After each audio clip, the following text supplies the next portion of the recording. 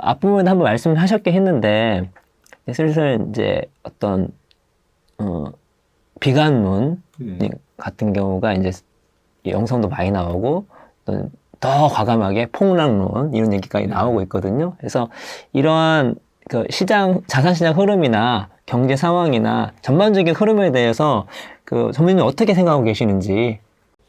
네. 그러면 이 폭락론의 본질, 시장이 빠질 때 본질에 대해서 저는 약간 이제 사람의 성격에 따라서 좀 약간 비관적인 분이 있고 낙관적인 분이 있잖아요. 네. 그런 측면에서는 우리가 성격에 따라서 그거는 고칠 수는 없습니다. 네. 없는데 저는 철저하게 이제 조금 이제 확률에 근거한 그런 의사결정을 내리다 보니까 확률에 근거해서 따져보면 다우지수 뭐 100년 차트, 뭐 S&P 500 100년 차트, 부동산 뭐 이렇게 다 보면 자산 가격은 일단은 계속 우상향이잖아요. 그 우상향 속에서 이제 조정이 있죠. 예. 중간에 폭락도 있었고. 네. 그런데 이제 확률적으로 따져보면 폭락이 10년에 한 번씩은 오긴 오는데 작년에 왔는데 또 온다. 예. 작년에 폭락이 왔는데 내년에 또 온다. 더블 딥을 생각하는 거죠? 예. 네. 약간 확률적으로 좀 떨어지는 얘기라는 생각이고요. 더블 딥이 오는 그런 메커니즘은 얼마든지 이해를 할 수가 있어요. 그 더블 딥은 과거에는 어떤 식으로 더블 딥이 왔냐면요. 이제 더블 딥에 대한 본질에 대해서 말씀드리면 과거에는 더블 딥이 우리가 2008년 리만 사태만 하더라도 그때 실업률이 10% 이상 갔다가 그 실업률이 10에서 다시 5%까지 떨어지는 데는 2009년, 10년, 11년, 12년, 13년, 14년 해가지고 거의 6년이 걸려요. 거의 6년에 걸려서 겨우 5%로 다시 회귀를 했거든요. 그런데 작년에 14% 갔던 실업률이 아니 뭐야 1년 반 만에 5% 미만으로 떨어졌어요. 그리고 더 과거로 가봐도 과거에 왜 더블 딥에 대한 얘기가 항상 나오냐면요. 대공황 때 그랬어요. 대공황 때 1929년부터 30년, 31년까지 확 빠지고 반등 들어가는 척 했다가 또 확 빠져요. 그런 것 때문에 더블 딥에 대한 얘기가 많거든요. 더블 딥에 대한 얘기. 자, 조합이 회복되는 데는 시간이 걸려요. 경제가 망가졌기 때문에. 일자리가 회복되는데 좀 전에 2009년에서 14년만 하더라도 거의 6년 걸렸다고 했잖아요. 일자리가 회복은 안 되는데 주가가 먼저 올랐다가 뭐야 아직까지 고용이 회복이 이렇게 안 되네. 기대했던 소비가 살아나지 않으니까 그래서 주가가 다시 한번 빠졌다가 올라가거든요. 그게 이제 더블 딥의 본질이라고 보시면 되는데 작년 올해 실업률이 14% 갔다가 이렇게 5% 미만으로 빠지는 거는 전례가 없는 부분인데 왜 그렇게 했어요? 왜 그랬냐면요. 망한 기업이 없거든요. 왜? 아시다시피 페드가 돈 찍어가지고 그냥 기업들한테 다 인젝션을 다 해준 거죠. 그러나 네. 그래서 지금 더블 딥을 얘기하시는 분들은 과거에 방금 말씀드렸던 이런 고용이 회복되기 전과 주가에 너무 빨랐던 상승, 그 괴리를 맞추는 그 작업이 지금은 고용이 너무 빠르게 회복돼 버렸어요. 그렇기 때문에 더블 딥이라고 할 만한 큰 조정이 오기는 좀 힘들다라는 게 제 생각입니다. 네. 그럼 연이어서 말씀하신 게 이제 자산 시장은 쭉 긴 차트로 보면 다 우상이 하는데 그 사이에서 이게 변화가 있는데 또 중요한 건 그 변화의 그 변곡점에 대해서 우리가 제대로 아는 게 필요하잖아요. 또 실험 지표도 말씀하셨고 그럼 이런 변곡점 맞추는 게 어렵죠. 어렵지만 그래도 이런 차트 혹은 이런 지표를 보면 이게 변곡점일 수 있겠다라고 할 수 있는 것이 뭐가 있을까요? 그게 이제 단기 변곡점, 중기 변곡점, 장기 변곡점 이 변곡점을 잘 나타내주는 그런 차트가 꽤 많습니다. 꽤 많은데 몇 가지만 소개해드리면 책에서 제가 적어놓은 이제 RSI나 빅스는 장기 변곡점 차트예요. 네.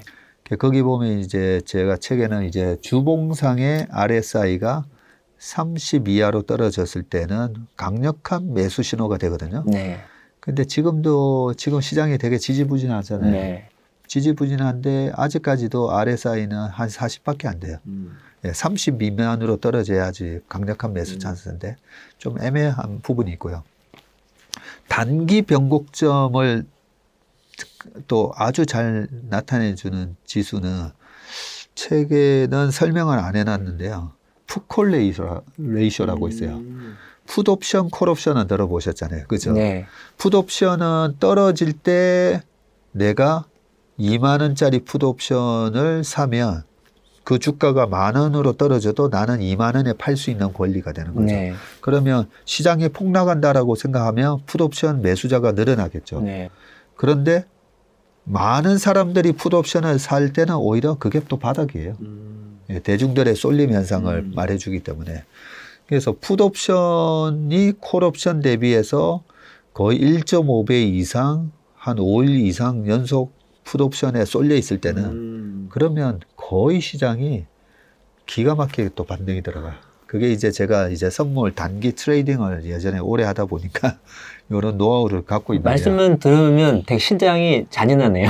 예, 시장이 잔인하죠. 진짜 잔인하네요. 예. 대중들의 쏠림을 와. 그런 대중들의 공포와 욕심을 그걸 갖다가 이렇게 따먹는 그런 시장이라고 보시면 돼요. 그런 부분에 있어서 단기 변곡점은 저는 철저하게 이제 풋콜 레이쇼를 보고요. 올라갈 때 어디서 꺾어지는지를 잘 나타내주는 지표는 아직까지는 그런 게 이걸 보시면 확실합니다 하는 지표는 없습니다. 예, 그런 지표는 없고 그러면 아까 뭐 제 슈퍼개미 후배가 얘기했듯이 그 단기 변곡점을 어떻게 맞췄냐라고 궁금해 하실 수 있잖아요. 네. 그거는 대중의 심리를 통해서 그냥 판단을 한 거예요. 어느 정도 우리가 적정 주가 지수가 어느 정도라는 거는 우리가 일반적으로 증권사에서도 많이 산출을 하잖아요. 네. 뭐 코스피의 PER 10배면 얼마가 되고 GDP 대비 얼마면 코스피가 어느 수준이 적정 주가다. PBR 1배면 지금은 2,700 정도가 PBR 1배거든요. 그 정도를 보면 되는데 왜 단기 고점을 이렇게 지금은 단기 고점인 것 같습니다라고 한 거는 시장이 너무 대중들이 쏠려가면서 기대감에 올 1월 둘째 주였죠. 삼성전자 96,000원 가고 막 했을 때 이거는 아닌데 이런 생각이 들 때가 있어요. 보면 그럴 때는 저는 어떤 생각을 하냐면요. 주식은 대중들이 인지하지 못할 때 수익이 난다 했잖아요. 근데 많은 사람들이 그냥 막연하게 이 시장에 들어오면 먹을 것 같아. 그렇게 들어온 사람을 먹여주지는 않거든요. 네, 그렇기 때문에 그런 사람들이 뭐 단기간에 이제 확 몰렸다? 그러면 반드시 그런 부분을 이제 쫀칭을 턴다라고 그러는데 그분들을 손절매를 하게끔 만들고 주가가 다시 올라가더라고요. 그런 원리로 이제 단기 고점은 철저하게 이제 투자자들의 대중의 이제 센티멘트를 보면서 저는 판단하고 바닥을 확인하는 지표는 오히려 쉬워요.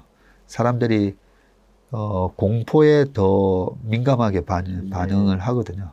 그 공포에 의한 지수는 단기적으로는 풋콜레이쇼, 장기 차트로는 소위 말하는 발러틸리티 인덱스라고 하는 픽스 차트. 그 픽스 차트는 S&P 500의 변동성을 가지고 추출한 차트거든요. 그거는 이제 일반적으로 2008년도에 80을 넘었었고요. 이번 코로나 때도 82 정도 찍으면서 80까지 웬만하면 안 가는데요. 극단적인 공포감이 있었을 때 80까지 갑니다. 그러면 80까지 갔을 때는 그때 영끌해서 주식에 이제 올인해야 되는 타이밍이거든요. 네, 근데 보통은 이제 그때 그 시점이 되면요. 막 주식 투매가 나오고 힘들잖아요. 못 견뎌서 막 토해내게 돼 있습니다. 네. 그 우리가 이제 장기적으로는 픽스 차트, 80.